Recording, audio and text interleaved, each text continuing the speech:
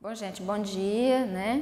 Quanta saudade de vocês, né? Saudade de um oi, saudade de um abraço, saudade do contato direto, né? Tudo isso é muito importante no processo de ensino-aprendizagem. Mas na impossibilidade nós estamos chegando até vocês, tá? Virtualmente. Então abracem essas aulas virtuais com muita vontade, com muita determinação, tá bom? Fiquem em casa.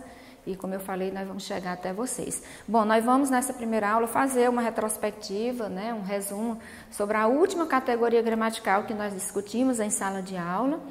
Vamos falar um pouquinho hoje sobre verbo, tá? Antes eu esqueci de você, que a nossa mensagem é essa, né? Tanto minha como da equipe do Santa Rita, é que você fique em casa. Bom, então, como eu falei, nós vamos abordar, fazer um pequeno resumo, né, sobre verbo, essa categoria que foi discutida em sala de aula, que foi explanada. Vocês têm o material impresso em casa, vocês podem acompanhar também pelo livro didático, tá?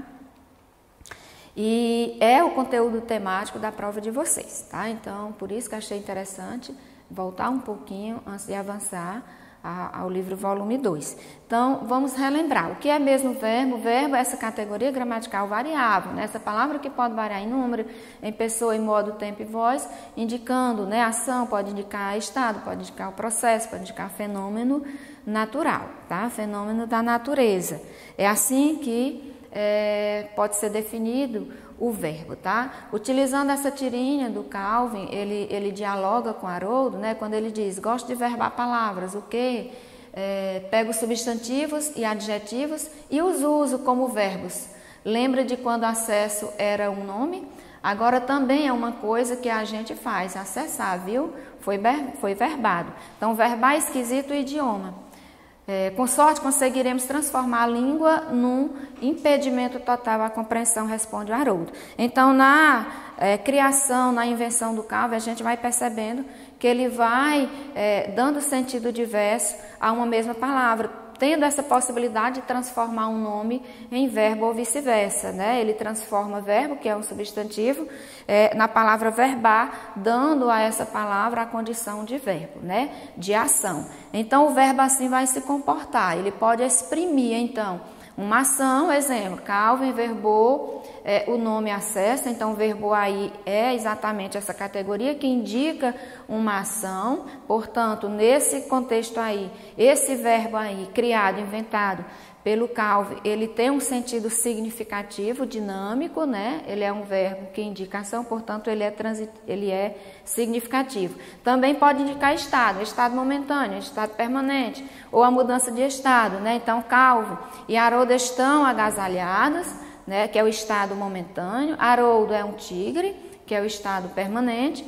Ou mudança de estado, o nome virou verbo. Olha que interessante, porque o verbo virar aqui, por exemplo, gente, ele está assumindo a condição de estado. Então, ele está assumindo a condição de um verbo de ligação, de um verbo copulativo. Mas, em diferentes contextos, esse mesmo verbo ou os demais verbos também podem funcionar como verbos significativos, né? Não somente verbo de ligação.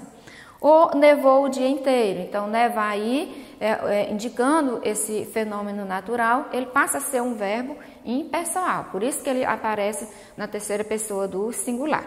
Então, é assim que se comporta o verbo, é assim que o verbo expressa, né, as suas condições. Então, o verbo ele também pode ocupar o núcleo de um dos termos essenciais da oração, que nós chamamos de predicado. Então, lembrando que os termos essenciais da oração são sujeito e predicado, né? Mas essencial mesmo é o predicado, porque não existe oração sem verbo.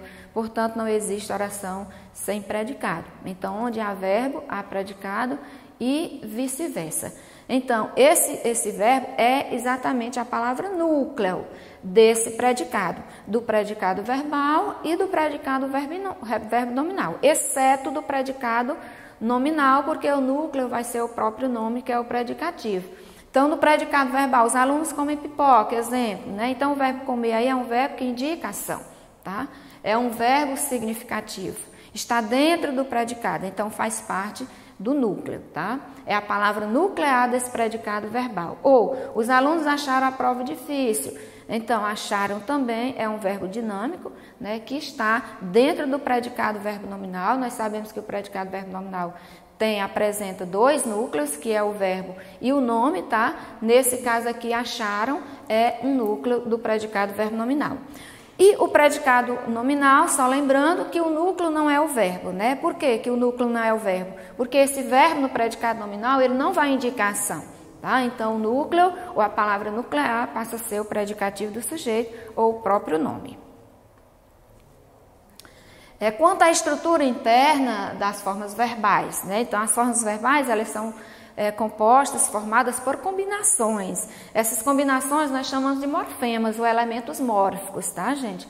Então, esses elementos mórficos se juntam, né, para compor a palavra, no caso aqui a forma verbal. Então, eu estou utilizando como exemplo apenas o verbo trabalhar, né, na conjugação, trabalhávamos, né? Então, já coloquei separadinho, todas essas combinações separadas, esses elementos mórficos ou esses morfemas, tá?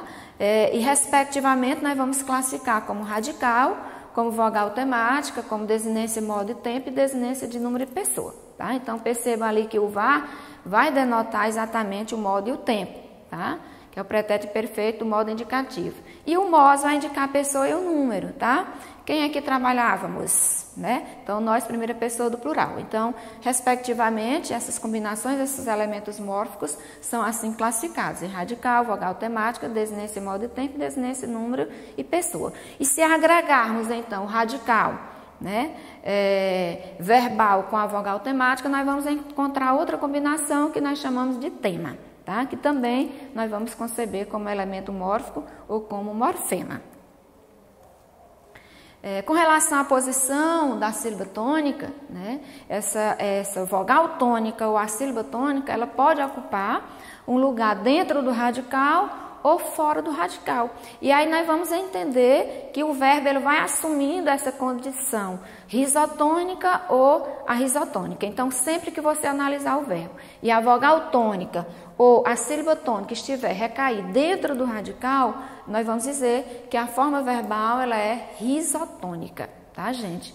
Se essa vogal tônica ou a sílaba tônica recai fora do radical, nós vamos classificar essa forma verbal como arrisotônica. Então, aqui como exemplo, trabalha, então a sílaba tônica está dentro do radical, portanto, é a forma verbal risotônica, ou em trabalhará, então a sílaba tônica está fora do radical, portanto, assume essa condição de ser uma forma verbal arrisotônica. Então, em suma, em resumo, essa forma risotônica é quando a vogal, a sílaba tônica está dentro do radical. Mais exemplo: canto, pensem, sonham, falam.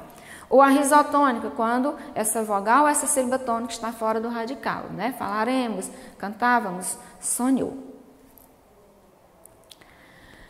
Quanto à classificação semântica dos verbos, tá? Então, nós vamos classificá-los como dinâmicos ou não dinâmicos, gente. Na língua portuguesa, os verbos dinâmicos, que também são significativos, né, são os verbos transitivos e intransitivos. Então, qualquer verbo transitivo ou intransitivo, nós vamos considerar esse verbo como sendo o verbo dinâmico, tá? Que é aquele verbo que indica ação ou que indica um processo. Então, nós temos como exemplo dançar, comer, ir, partir, sonhar, estudar, né?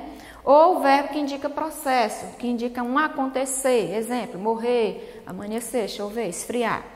Ou o único verbo na língua portuguesa que não indica ação é o chamado verbo de ligação, também classificado como verbo copulativo. E ele é um verbo não dinâmico, né? Vai estar sempre presente no predicado nominal, expressando uma ação, né? Um estado, aliás, expressando um estado de ser, né? Então, não tem como você classificar verbos de ligação, né? Não há verbos, tipicamente verbos de ligação. Então, eis aqui alguns verbos que, por excelência, eles vão aparecer como verbo de ligação, que é ser, estar, andar, permanecer, continuar. Mas esses verbos, eles também, em contextos diversos, eles aparecem como verbos dinâmicos, tá, gente? Nenhum verbo na língua portuguesa, ele pode ser classificado exclusivamente como verbo de ligação. Então, ele ficou contente, o verbo aí, ele é copulativo, ele é é um verbo de ligação, porque ele não indica ação. Mas ele ficou em casa, percebam que é o mesmo verbo, eu estou utilizando o mesmo verbo nos dois contextos. Então, ele ficar em casa ou ele ficou em casa, o verbo ficar deixa de ser um verbo de ligação, deixa de assumir essa condição de estado e passa a assumir a condição de ação. Portanto, deixa de ser um verbo de ligação e passa a ser um verbo dinâmico, tá? Então, recapitulando, os verbos dinâmicos são verbos transitivos e intransitivos. E o verbo não dinâmico é o verbo de ligação, porque ele indica estado de ser e não ação. Então, o verbo ele vai apresentando flexões, né, de número de pessoa, de modo de tempo, além de manifestar essa variação de voz. Então, em português, há 3 conjugações, né? Nós sabemos que a primeira conjugação ela é representada pela terminação AR, que a segunda conjugação ela é representada pela terminação ER e que a terceira conjugação é representada pela terminação IR. Portanto, A, E e I nós vamos considerar como vogais temáticas dos verbos, né? Respectivamente de primeira, de segunda e de terceira conjugação. Tá? E aí eu coloquei esse slide, né? Não dá para ler toda conjugação, evidentemente, só para vocês lembrarem que dentro dessa conjugação verbal há 3 tempos verbais, que é o modo indicativo, contendo todos esses tempos, presente, pretérito perfeito, pretérito imperfeito, né? Pretérito mais perfeito, futuro do presente e futuro do pretérito, que no modo subjuntivo nós temos 3 tempos, nós temos o presente, né? Nós temos o pretérito imperfeito e o futuro do presente, entendendo que o modo indicativo vai indicar uma certeza, né? Quando você diz eu canto, eu pulo, eu danço, o verbo ele denota uma certeza. Se você conjuga se eu cantasse, se eu estudar, então que é modo subjuntivo, vai indicando uma possibilidade, uma hipótese, né? E o modo imperativo que ela é conjugada enquanto imperativo afirmativo ou negativo, né? Que é um verbo que vai denotar ordem, né? Conselho. É um verbo muito ligado, né, gente, ao gênero textual jornalístico, ao gênero textual, as propagandas, e eu chamo muita atenção quando esse verbo ele aparece nesses gêneros textuais, porque é muito vinculado à função conativa apelativa da linguagem, né? Que é um conteúdo também recorrente no Enem, tá? Sobre as vozes verbais, né? Lembrando que são 3 as vozes verbais, nós chamamos de ativa, passiva e reflexiva, e a voz ativa está ligada diretamente ao sujeito ativo, aquele que pratica a ação verbal. Então a voz ativa é quando o sujeito realmente é um sujeito agente, é um sujeito que pratica a ação. Exemplo, eu estou feliz, corri durante todo o verão. Ou passiva, exatamente quando o sujeito ele é paciente ou ele sofre a ação verbal. Essa voz passiva ela pode ser classificada como voz passiva analítica ou voz passiva pronominal ou sintética. E a voz reflexiva, quando o sujeito ao mesmo tempo ele pratica e sofre a ação, tá? Então aqui em resumo eu coloquei, né? Eu escrevi um livro, subiram a montanha gelada. Então percebam aí que o verbo pratica ação, então o verbo aí assume essa condição de voz ativa. Ou o livro foi escrito por mim, compra-se um livro. Então perceba que no primeiro exemplo apresenta uma voz passiva analítica, através da locução verbal foi escrito, ou em compra-se livro, né? O verbo comprar aliado à partícula se, nós vamos considerar como voz passiva sintética ou voz passiva pronominal. Ou a voz reflexiva, o rapaz se limpou, a moça penteou-se. Então perceba que o sujeito aí, ele pratica e sofre a ação, tá? E aqui tem uma particularidadezinha, né? Não coloquei, mas a particularidadezinha da voz reflexiva, que a voz reflexiva ela também pode ser recíproca, né? Então, quando você entende que os sujeitos, eles praticam e eles sofrem a ação, é uma voz reflexiva recíproca, né? Ela não aparece aí, tá? Exemplo, os carros chocaram-se, né? Os amigos abraçaram-se. Então, a gente percebe que há uma ação mútua desses sujeitos plurais, desses sujeitos coletivos, e aí nós vamos chamar de voz reflexiva recíproca. Tá? Vai estar dizendo o tempo, Ricardo. Sobre as vozes do verbo, né? Há uma variante. Eu coloquei aqui. A voz reflexiva foi que eu acabei de falar, né? Sobre a voz recíproca, né? Acabei de explicar. Sobre as formas nominais do verbo, né, nós vamos chamar de infinitivo, gerúndio e particípio, também muito convencional, né, acredito que vocês não tiveram dúvida, né, sobre essa determinação das formas nominais. O infinitivo, lembrar quando o verbo se apresenta com a sua terminação normal, a R, o gerúndio, né, com as terminações ando, endo, indo, e o particípio, né, com o termo ido e ado, tá? Particípio do verbo. E aí uma dica, né, nós já estamos quase encerrando, uma dica que inclusive há uma alteração no novo acordo ortográfico, né, uma alteração, tá? Houve uma mudança, né, aqui no verbo ver, então vamos ver aqui a dica sobre as formas verbais ter e vir, né, que vão levar acento circunflexo na terceira pessoa do plural, né, do presente do indicativo. Então aí como exemplo ele tem singular ou eles têm plural. Então, nesse caso aí, nessa condição plural, então esse acento nós vamos chamar de acento diferencial, né? O verbo ele vai ser diferenciado da condição de singular e plural através do acento.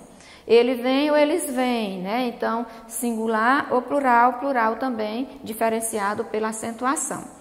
Já a forma verbal ver, na terceira pessoa do plural, sem acento, né? Então, aqui é uma dica, né? Houve uma alteração pelo novo acordo ortográfico, foi abolido, então, o acento desse verbo. Então, toda vez, gente, que o verbo, não só o verbo ver, mas sempre que o verbo, a forma verbal, tiver um desdobramento da vogal, creem, veem, leem, deem, então, agora, né?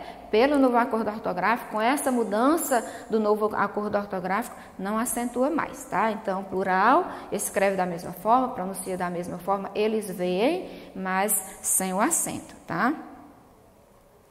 Então, vamos tentar analisar pelo menos essa questão para que a gente, para encerrarmos a aula de hoje, tá? Então, analisando esses verbos aqui, chegamos, ponho, mandaste, serão, sentiram e estudaste. Vamos mentalizando aí, né? Então, eu não posso esperar, mas enquanto eu falo, vocês vão mentalizando aí uma resposta, tá? Tentando acertar. Então, identificando a pessoa e o número, né, dessas formas verbais. Chegamos, quem é que chegamos? Então, a primeira pessoa do plural nós, né? Quem é que põe? Eu, então aí seria a primeira pessoa do singular. Mandastes, quem mandastes? Tu, então segunda pessoa do singular. Serão, quem serão? Eles ou elas, terceira pessoa do plural. Sentiram, também terceira pessoa do plural. E estudaste, segunda pessoa do plural, tá? Então, aí a resposta é para vocês.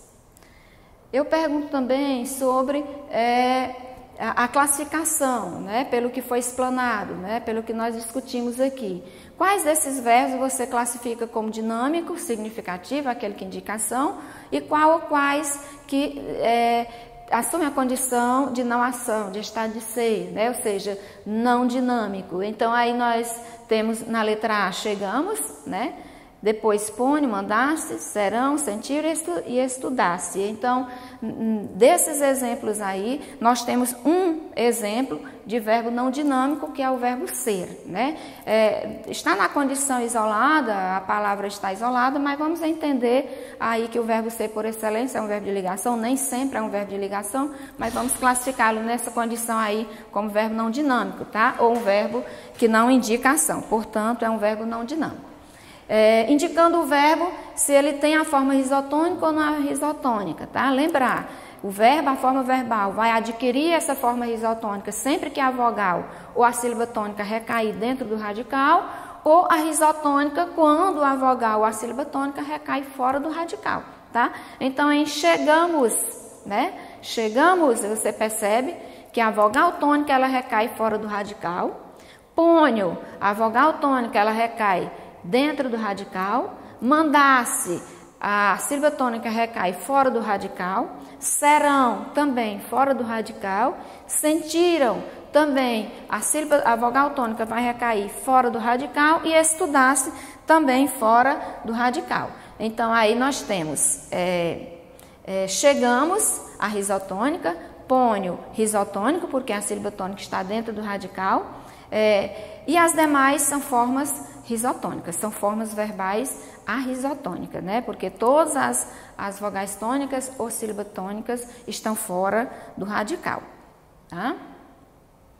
Aí a classificação dos verbos, né? Vamos encerrar aqui, eu vou falar um pouquinho mais rápido, tá, gente? Que nosso tempo está esgotando. Então, sobre a classificação, o verbo regular, né? Nós falamos bastante em sala de aula sobre, então, entre o verbo regular e o verbo irregular. Então, o verbo regular, percebam aí na classificação, né? Que uma vez o verbo conjugado, o verbo amar, você percebe que não há alteração no radical, enquanto que o verbo irregular, nesse segmento de conjugação, você já vai percebendo que logo na primeira pessoa vai haver uma alteração, tá? Então, nota-se que a primeira pessoa vai haver essa alteração no radical. Portanto, nesse caso, nós vamos classificar como verbo irregular. Sobre os defectivos, eles não apresentam todas as flexões, ou seja, são verbos cuja conjugação ela não é completa. Né? Então, são vários os verbos. Citei aí como exemplo reaver, abolir, falir, banir, emergir, ungir, colorir. Então, por exemplo, você nunca pode dizer eu coloro um desenho. Então, não se conjuga o verbo colorir na primeira pessoa. Né? Então, o verbo defectivo, você vai substituir, então, por outro verbo do mesmo sentido, que é o verbo pintar, por exemplo. Eu posso dizer eu pinto, mas eu não posso dizer eu coloro, tá? O desenho. Então, nesse caso, nós classificamos como verbo defectivo, aquele verbo que não se conjuga em todas as pessoas verbais, tá? Que não tem essa flexão em todas as conjugações verbais, todas as pessoas verbais. Sobre o abundante, o verbo abundante, é aquele que vai se apresentar com mais de um particípio, tá? Que há essa possibilidade, há essa aceitação, vamos dizer assim, de mais de um particípio.